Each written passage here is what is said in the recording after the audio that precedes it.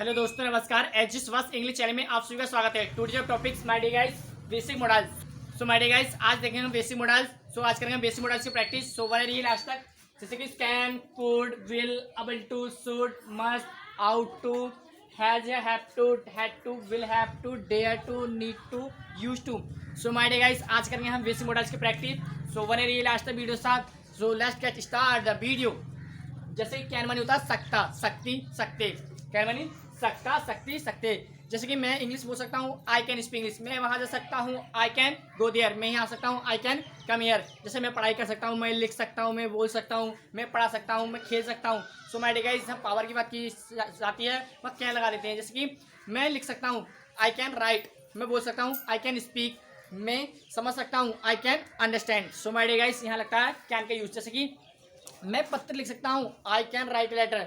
मैं हिंदी बोल सकता हूँ, I can speak Hindi. So my dear guys यहाँ लगता है कैन। जैसे कि तुम वहाँ जा सकते हो, यू कैन गो देयर। तुम यहाँ आ सकते हो, you can come here. So my dear guys अब देखते हैं कुड। जैसे कुड माने होता है सका, सकी, सके। यह सकता था, सकता था, सकती थी, सकते थे। जैसे कि मैं बाजार जा सकता था, I could go to market. मैं इंग्लिश बोल सकता था, आई कुड स्पीक इंग्लिश।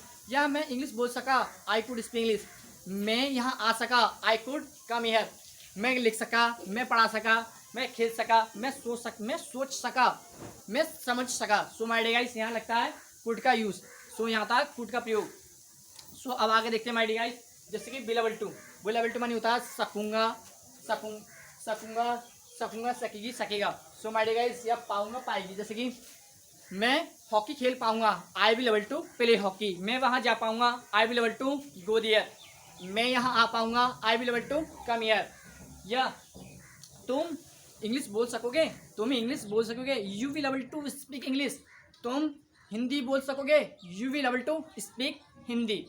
जैसे कि माय डियर गाइस तुम वहाँ जा सकोगे, you will able to go there.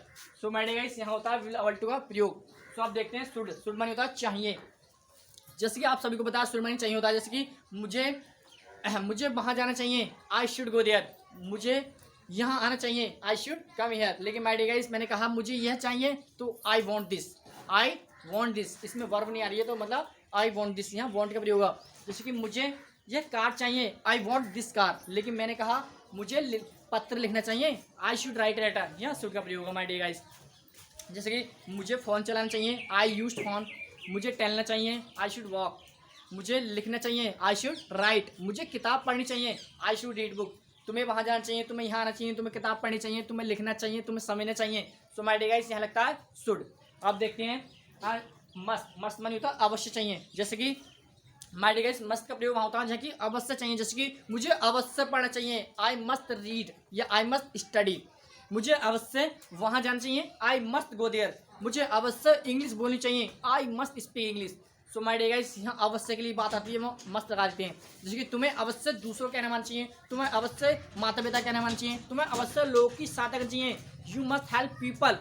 So my dear guys यहाँ लगता है मस्ट का use. So my dear guys जैसे कि तुम्हें अवश्य टीवी देखनी चाहिए, यू मस्ट वॉच टीवी। तुम्हें अवश्य इंग्लिश सीखनी चाहिए, you must learn English. So my dear guys यहाँ लगता है मस्ट का यूज। यहाँ होता है मस्ट का प्रयोग। अब देखते हैं माय डियर गाइस ही चाहिए। जैसे कि तुम्हें घर जाना ही चाहिए, मतलब जाना ही चाहिए के लिए आउट ले जाते हैं, you ought to go to home. तुम्हें यहाँ आना ही चाहिए, you ought to come, you ought to come. तुम्हें लिखना ही चाहिए, यू आउट टू राइट। तुम्हें बोलना ही चाहिए, यू आउट टू स्पीक। जैसे तुम्हें बोलना ही चाहिए, तुम्हें खेलना ही चाहिए, तुम्हें लिखना ही चाहिए, तुम्हें समझना ही चाहिए, वहाँ आउट टू का प्रयोग होता है माय डियर गाइस। अब देखते हैं माय डियर गाइस हैज या हैव टू। जैसे कि हैज और हैव टू का मतलब होता है माय डियर गाइस पढ़ता है, पढ़ती हैं, पढ़ते हैं। जैसे कि तुम्हें इंग्लिश बोलनी पड़ती है, you have to speak English. तुम्हें वहाँ जाना पड़ता है, you have to go there. मुझे समझना पड़ता है, you have to understand me. So my dear guys जैसे कि तुम्हें लिखना पड़ता है, तुम्हें सीखना पड़ता है, तुम्हें समझना पड़ता है, या उन्हें समझना पड़ता है, उन्हें बोलना पड़ता है। सो माय डियर गाइस सब पढ़ता आती है, पढ़ती आती है, पढ़ते आती है, वह हैव या हैज टू लगा देते हैं। हैज लगता है माय डियर गाइस एक वचन के लिए और हैव लगता है बहुवचन के लिए। ये आपको खूब अच्छी तरह पता है। जैसे हैज मानी राम को इंग्लिश बोलनी पड़ती है, Ram has to speak English. और यह मैंने कहा राजू को इंग्लिश बोलनी पड़ती है तो Raju has to speak English. और मैंने कहा उन्हें इंग्लिश बोलनी पड़ती है तो they have to speak English, तो they have to speak English. My dear guys, यह मैंने कहा मुझे वहाँ जाना पड़ता है, I have to go there. मुझे किताब पढ़नी पड़ती है, I have to read book. तो माय डियर गाइस ऐसा होता है हैव का प्रयोग। अब देखते हैं हैड टू का। हैड टू का प्रयोग कैसे करते हैं। हैड टू माने होता पढ़ता था, पढ़ती थी, पढ़ते थे। जैसे कि तुम्हें बोलना पड़ता था, यू हैड टू स्पीक। तुम्हें सीखना पड़ता था, यू हैड टू लर्न। तुम्हें समझना पड़ता था, यू हैड टू अंडरस्टैंड। तुम्हें किताब पढ़नी पड़ती थी, you had to read book.